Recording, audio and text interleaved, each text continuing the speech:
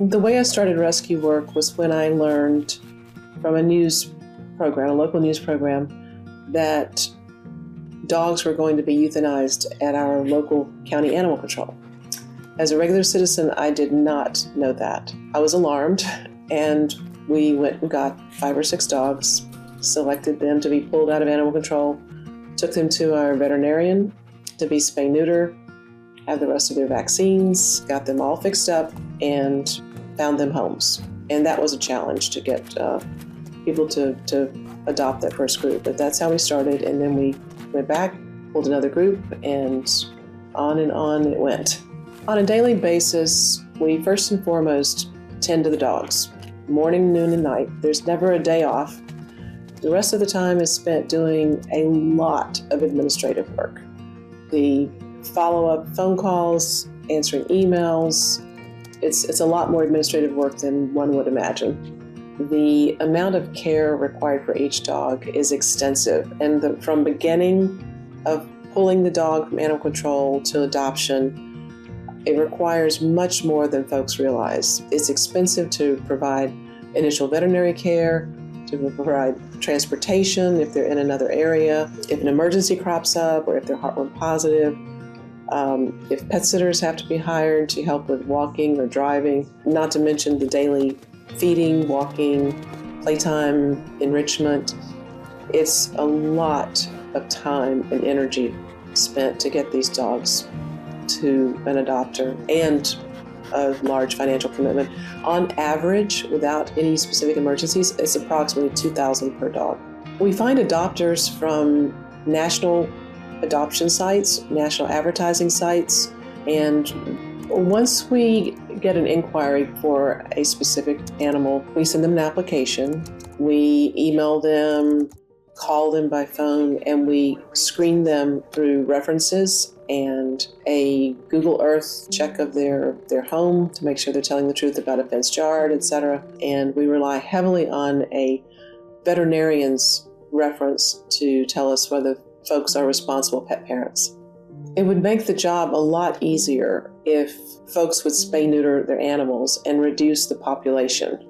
But sadly, the overpopulation of domestic animals has not changed in the 18 years that I've been doing rescue work. The challenges we face with rescue work, without a doubt, are the people, not the dogs. Our biggest success with Ground Rescue Ranch has been the number of domestic animals we've been able to save, and that's been somewhere between 600 and 700. Our biggest failure has been in not attracting enough qualified volunteers and funding in order to save even more lives. Our goal would be to sustain the rescue so that we can continue to rescue dogs. But sadly, it's not sustainable. I mean, there are many weeks I forego paying my own personal bills so that the dogs can have emergency veterinary care or so that they can eat. The life-work balance between rescue work is just all-consuming. Therefore, it's not sustainable to continue this work no matter how badly I want to do it.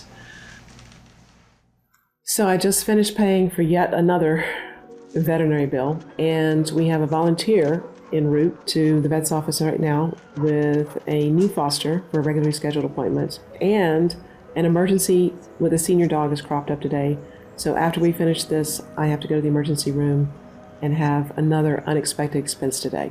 So that's an example of some of the unsustainable expenses that I had referenced earlier. The veterinarians have increased their prices in recent years. They're now 3 times what they were 4 years ago. So vets, boarding facilities, transport companies all seek to make money off rescues and these rescue dogs, sadly. So going forward, the challenges to continuing rescue work are obviously physical constraints with aging and stamina or lack thereof. Burnout is really high in this doing this work, and financial. We cannot sustain this work without financial support. And in conclusion, I would implore anyone who cares about domestic animals to support us. The best way in which to do so would be to go to our social media page, GRR, G-R-R, or Grom Rescue Ranch, G-R-A-M Rescue Ranch, or my personal page, Adelia Grom, A-D-E-L-I-A, last name Grom, G-R-A-M. And on the postings, we show several ways in which someone can donate. And we would greatly appreciate it, because without the support, it's unsustainable. And that's the sad reality of this work.